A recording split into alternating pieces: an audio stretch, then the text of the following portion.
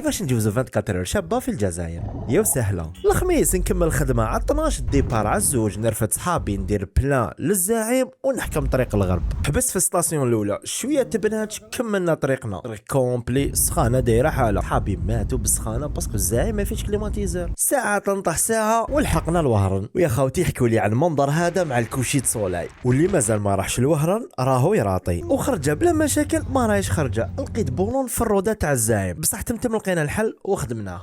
موراها رحنا ديريكتي لا كورالاز عند نادي حبيباص. على بالكم باللي هذا الكلوب نحبوه بزاف. استقبال كان كيما العاده، شفت الماتريال الجديد، موراها ديريكت الراحه. نط صباح على هذا المنظر. من بعد ليكيب تاع حبيباص كانوا يوجدوا في الماتريال، وهذه المره كانوا معايا ضياف وهما قناه شروق وخويا انس اللي داروا روبورتاج معاها ملاوي على السياحه. راح نشوفوا هذا الصيف. حكمنا البابور ورحنا لجزيره بالوما باش نديروا لا بلونجي. ليكيب تاع شروق عجبتهم الاكسبيريونس، عجبتهم البلاصه، وعجبتهم الحاجه جديده اللي كاينه لتما في جزيره بالوما. السيرفيس جديد اللي داروا نادي حبيباص انه يجيب لك الماكله حتى لجزيره بالوما من الريستورون تاع الحوت اللي فتحوه جديد. بالنسبه للنساء اللي تحب تهبط مع مرأة راهي كاينه عند نادي حبيباص. وموراها زدنا استمتعنا بالمكان. ولكم التعليق. واش ليكيب، واش رايكم في الخرجه تاع 24 اور؟ عجبتكم ولا لا؟ قل لي في التعليقات. ما تنساش تسيفي هذا الفيديو تابع حملاوي هكذا باش يلحقك دائما الجديد. السلام عليكم.